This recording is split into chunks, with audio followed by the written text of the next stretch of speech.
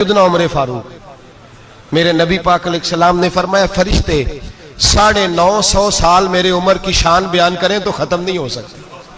اتنا بڑا شخص عمر فاروق، اتنا بڑا آدمی۔ ایک دن اعلان کیا عمر فاروق نے، لوگوں مسجد میں آؤ، بات کرنی ہے۔ امیر المومنین کا پیغام ہے، سارے مسجد میں آ جائیں۔ کھچا کھچ مسجد نبوی صحابہ سے بھر گئی، اور ایسا جب اعلان ہوتا تھا تو صحابہ دوڑ کے آتے تھے، شاید کو جنگ ہے، شاید کسی نے حملہ کر دیا ہے، شاید کوئی نئی بات ہے، دوڑے آئے لوگ، مسجد نبی کھچا کھچ بھر گئی۔ سیدنا فاروق اعظم رضی اللہ تعالیٰ عنہ منبر پہ بیٹھے، حضرت عبد الرحمن ابن عوف رضی اللہ تعالیٰ عنہ فرماتے ہیں کہ صحابہ تجسس کے دیکھ رہے ہیں کہ پتہ نہیں کسی طرف سے پیغام نہیں آ گیا، کوئی کافر حملہ نہیں کرنے لگا، اللہ جانے کیا ہوا ہے، بڑی پریشانی ہے۔ عمر بیٹھے، اللہ کی حمد کی، نبی پاک صلی اللہ علیہ وسلم پر درود پڑھا، اور پھر عمر فاروق بولے، فرمانے لگے میں جب مکے میں رہتا تھا نا تو کبھی گھر میں قحط آ جاتا تھا، کبھی قحط آتا تھا گھر میں، بکریوں کے دودھ خشک ہو جاتے تھے، گندم نہیں ملتی تھی، پانی نہیں ہوتا تھا، تو فرمایا میری اماں مجھے خالہ کے گھر بھیج دیتی تھی۔ قبیلہ بنو مخزوم، اس قبیلے میں میری خالہ کی شادی ہوئی تھی تو وہ مالدار لوگ تھے، ان کے پاس زیادہ بکریاں، زیادہ اونٹ، زیادہ گائیں، زیادہ کھیت تھے۔ حضرت عمر فاروق فرمانے لگے میں ان کے گھر جاتا تو میرے خالو سمجھ جاتے کہ عمر کو اس لیے بھیجا گیا ہے کہ قحط آ گیا ہے، فرماتے ہیں وہ مجھے سویرے بکریاں چرانے لے جاتے، شام تک میں ان کی بکریاں چراتا۔ امیر المومنین عمر، ایک طرف مسئلہ یہ ہے کہ کیسر و کسرا کی دیواریں ہل رہی ہیں عمر کے نعروں سے، اور ادھر عمر منبر پہ بیٹھ کے خطبے دے رہے ہیں، فرماتے ہیں میں بکریاں چراتا، شام تک خالہ کے گھر جا کے مزدوری کرتا، اور فرماتے ہیں شام ہوتی تو ایک مٹھی کشمش مجھے دیتے وہ۔ آپ فرماتے ہیں میں بڑے قد والا تھا، ایک مٹھی کشمش ملتی ہے، کبھی ایک مٹھی کھجوریں، میں شام کو کھا کے سو جاتا۔ کئی مہینے یوں ہی گزرتے تو میری اماں کا پیغام آتا کہ حالات صحیح ہو گیا، میرے بیٹے کو بھیج دو۔ یہ بات کہی، حضرت عمر رونے لگے، اور پھر کہنے لگے اب وہ وقت آیا ہے کہ لوگ مجھے امیر المومنین عمر کہہ کے پکارتے ہیں۔ بس یہ دو باتیں کی، عمر نے کہا چلو ظہر کا وقت ہو گیا، اذان پڑھو، اٹھو نماز پڑھے، اٹھو۔ اذان ہوئی، اقامت ہوئی، جناب عمر نے نماز پڑھائی، لوگ چلے گئے تو سیدنا عبد الرحمن ابن عوف یارانہ تھا جناب عمر سے، بازو پکڑ کے کہنے لگے عمر سیاڑا بندہ یار تو یہ دو باتیں سنانے کے لیے اتنا مجمع اکٹھا کیا تھا، یہ دو باتیں کہنے کے لیے کہ میں خالہ کے گھر جا کے مزدوری کرتا تھا تو ایک مٹھی کشمش ملتی تھی، ایک مٹھی کھجوریں، یہ کہنے کے لیے کہ میں بکریاں چرایا کرتا تھا۔ تو حضرت عمر فاروق رضی اللہ تعالیٰ عنہ پھر روئے، پھر آنکھوں میں آنسو آئے، کہنے لگے عبد الرحمن آج نا مصر شام سے کچھ لوگ آئے تھے اور وہ بتا رہے تھے کہ عمر تیرا ڈنکا وہاں بھی بڑا بجتا ہے، وہ مجھے کہہ رہے تھے تیرے نام کے وہاں بھی بڑے دبدبے ہیں، بڑے تذکرے ہیں، تو میرا نفس مجھے کہہ رہا تھا عمر دیکھا تو یہاں بیٹھا ہے اور وہاں تیرے نام کا شور ہو رہا ہے، مجھے اس نے بڑا کیا ہے، تو میں نے آج مصطفیٰ کے سارے غلام کٹھے کر کے اپنی اوقات بتا دی ہے، میں نے اپنی اوقات بتائی ہے کہ میں کچھ نہیں، کوئی شے نہیں، کوئی چیز ہی نہیں، اسی کسے دے کچھ نہیں جے لگ دے، نہ کوئی ساڈا دردی۔ میں نے بتایا ہے کہ میں تو کسی کے بکریاں چرا کے ایک مٹھی کشمش لے کے گزارا کیا کرتا تھا۔ گزارا مجھے میرے کچھ ساتھی نا لے گئے گجرانوالا سردیوں کے موسم میں، مجھے کہنے لگے سویٹر پسند کر لیں اپنی مرضی کا، تو میں نے کہا یار مجھے تو وہی مزہ آتا ہے جو میری اماں کروشیے سے بنایا کرتی، وہ پہلے ابا پہنتے تھے، پھر وہی سویٹر بڑا بھائی پہنتا تھا، پھر ہمارے کھاتے میں آ گیا، اور پھر اس کی تعریفیں ہوتی تھی غربت چھپانے کے لیے، اس کی تعریفیں ہوتی تھی بڑی محنت سے بنا ہے جی، کیا بات ہے، بڑا گرم ہے، تو اب چھوٹے بھائی کو دے دیا جائے۔ ہم نے کہا وہی زمانہ دیکھا ہے، وہی رنگ دیکھا ہوا ہے، اور اس پر فخر ہے۔ اب تو لوگ جب کچھ ہو جاتا ہے نا، 2-4 لوگ جاننے لگتے ہیں تو لوگ فٹافٹ دعویٰ کر دیتے ہیں خاندانی رئیس اعظم ہوں، بڑی بات ہے، ایسی کوئی بات نہیں۔ جس کو اپنا آپ یاد رہتا ہے اسے خدا بھی یاد رہتا ہے، جسے اپنا آپ یاد رہتا ہے اسے رسول اللہ بھی یاد رہتے ہیں، جسے اپنا آپ یاد رہتا ہے اس کی نظر میں دوسرے لوگ بھی کچھ ہوتے ہیں۔ میں عمرے کے لیے، حج کے لیے جاتا رہتا ہوں، رب مجھے اپنے فضل سے بلا لیتا ہے. تو میں ایئرپورٹ سے نیچے اترا تو ایک صاحب میرے جاننے والے تھے, دوڑ کے آئے اور مجھے کہنے لگے کیا بات ہے, سنا ہے اس دفعہ آپ سعودی ایئر لائن سے آئے, سیدھا مدینہ شریف آئے, کیا بات ہے آپ کی؟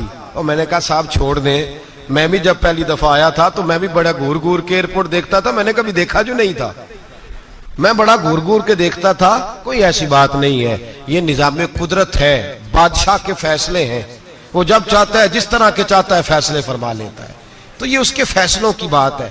ہم لوگ نا جس حیثیت پہ ہوتے ہیں وہیں رہ جاتے ہیں, پچھلی بات بھول جاتے ہیں, اس لیے ہم چاہتے ہیں جو بھی ہمیں ملے جھک کے ملے, جو بھی آئے, اور یہ میرا آپ کا سب کا مشترکہ معاملہ ہے. میرے نبی پاک صلی اللہ تعالی علیہ وسلم نے صحابہ سے پوچھا تمہیں بتاؤں جنت کے بادشاہ کون ہوں گے؟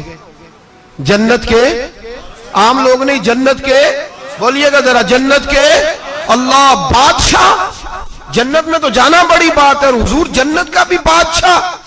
ابن ماجہ میں لفظ ہے, تمہیں پتہ ہے جنت کے بادشاہ کون ہوں گے؟ تو میرے مصطفیٰ کریم صلی اللہ تعالی علیہ وسلم کے غلاموں نے کہا حضور ہمیں نہیں پتا.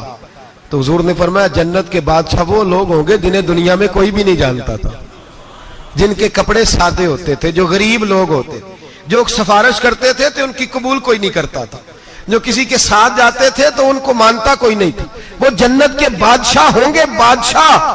اور فرمایا قیامت کے دن جب لوگ انہیں دیکھیں گے تو ان پر فخر کریں گے, رشک کریں گے, کہیں گے کیا بات ہے تمہاری. یہاں تو شوق ہی بڑا ہے, غریبوں نے بھی پوسٹر بنائے ہوئے ہیں, ڈاکوؤں, لٹیروں, چوروں کی تصویروں کے ساتھ لگوائے ہوئے, اپنے آپ کو بڑا کرنے کے لیے. آج اختیار کریں, آج اختیار کریں, اپنے آپ کو مٹانے کی کوشش کریں. رب کریم کے بندے آگے بڑھ بڑھ کے اپنا آپ دکھاتے نہیں, بڑا شوق ہے, پہلے فوٹو کھچا لو, باقی باتیں بعد میں ہوں گی, پہلے ویڈیو بنا لو, باقی کچھ اور بعد میں ہوگا.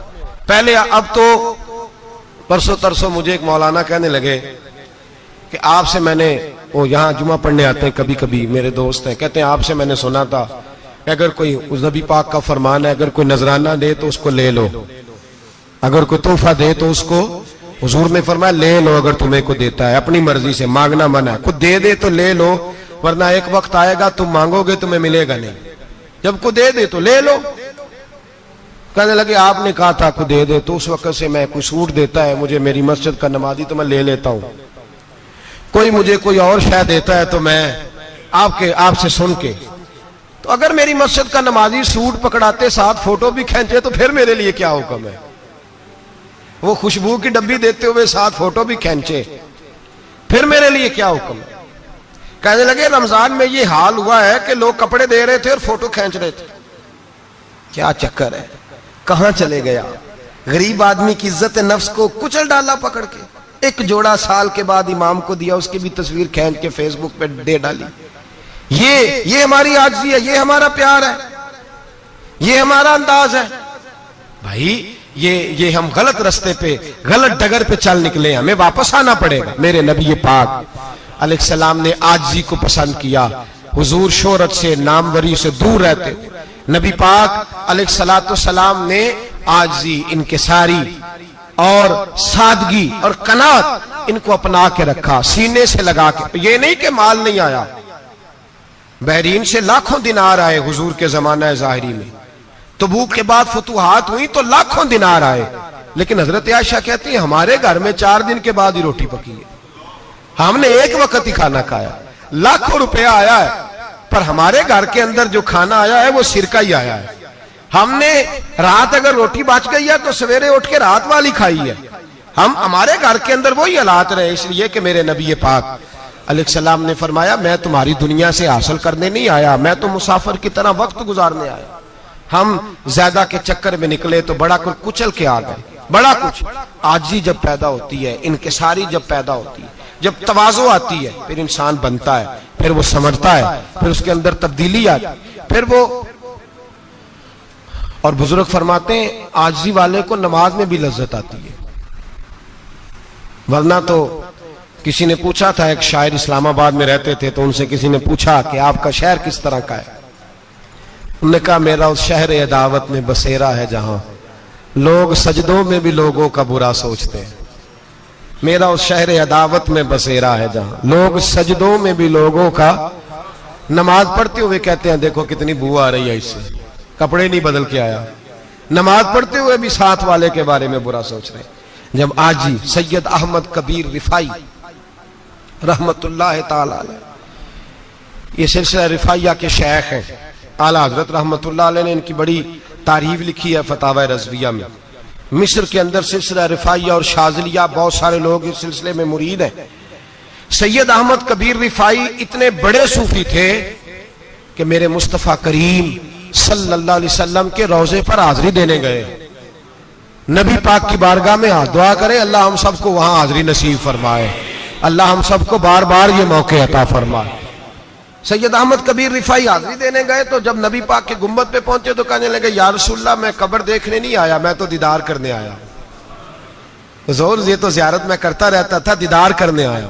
یہ کہہ کے رونے لگے، اتنی دیر روئے کہ میرے مصطفیٰ کریم نے اپنا دست مبارک قبر سے باہر نکال دیا، ہاتھ مبارک باہر آیا اور 10,000 لوگوں نے دیکھا۔ کتنے لوگوں نے؟ اب یہاں بھی لوگوں کو شک ہوگا جی کیسے باہر آیا، تو بخاری سنا دیتا ہوں مسئلہ ذرا حل ہو جائے۔ مسجد نبی کی تعمیر ہو رہی تھی، تعمیر تو کہتے ہیں کہ دیوار نہیں تعمیر کرتے وقت نا ایک دیوار گری، یہ بخاری کے لفظ ہے، دیوار گری تو ایک پیر باہر آ گیا، پیر کو دیکھا تو کہتے ہیں ہاتھ رکھتے تھے تو اس میں بالکل ایسے تھا جیسے خون سائیڈوں پہ ہو گیا، بالکل زندہ۔ شور ہو گیا کہ یہ نبی پاک کا قدم مبارک ہے، حضور کا۔ بہت سارے لوگ کٹھے ہوئے، علماء کو بلایا، پیر دیکھا تو کہنے لگے نبی پاک کا نہیں، یہ تو سیدنا فاروق اعظم کا ہے۔ جب یہ کہا نا فاروق اعظم کا ہے تو پھر ایک شور اٹھا کہ یہ حال ہے ان کے غلاموں کا تو سرکار کا عالم کیا ہوگا، یہ حال ہے ان کے غلاموں کا تو پھر سرکار کا عالم۔ یہ بخاری ہے، تو زندہ ہے واللہ، تو زندہ ہے واللہ، میری چشم عالم سے چھپ جانے والا۔ سید احمد کبیر رفاعی اتنے بڑے، نبی پاک صلی اللہ علیہ وسلم نے دست مبارک باہر نکالا، 10,000 لوگوں نے دیکھا۔ کسی نے حضرت سید احمد کبیر رفاعی سے پوچھا کہ بابا اتنا بڑا درجہ، اتنا بڑا مقام کیسے ملا؟ تو بابا جی کہنے لگے زندگی میں کبھی کسی کو حقیر نہیں سمجھا، کسی کو کبھی حقیر، کبھی کسی کو اپنے سے کمتر نہیں سمجھا۔ تو اللہ نے دیکھے نا، اگر آپ نہیں سمجھیں گے تو اس کے لیے بھی آپ کو عنوان مل جائیں گے، اور اگر سمجھنا ہے اپنے آپ کو بڑا تو اس کے لیے بھی موقع مل جاتے ہیں۔ حضرت شفیق بلخی بہت بڑے صوفی بزرگ ہوئے پر نوجوان تھے، جوانی میں ہی اللہ نے بڑا مرتبہ دیا۔ حضرت عبداللہ بن مبارک بوڑھے تھے، دونوں ایک محفل میں اکٹھے ہوئے۔ اب بغداد سارا ماننے والا تھا اور دونوں کا ماننے والا تھا۔ آخر میں دعا بزرگ کرایا کرتے تھے محفل کے اختتام پر۔ حضرت شفیق بلخی جناب عبداللہ بن مبارک سے کہنے لگے آپ دعا کریں، آپ دعا کریں، آپ بزرگ ہیں، اب جس نے جو ماننا ہے اسے اس کے لیے عنوان بھی مل جائے گا۔ حضرت سیدنا عبداللہ بن مبارک کہنے لگے بیٹے تو دعا کر، تیری عمر تھوڑی ہے، تیرے گناہ بھی تھوڑے ہیں، تیری عمر تھوڑی ہے، تیرے گناہ بھی تھوڑے ہیں۔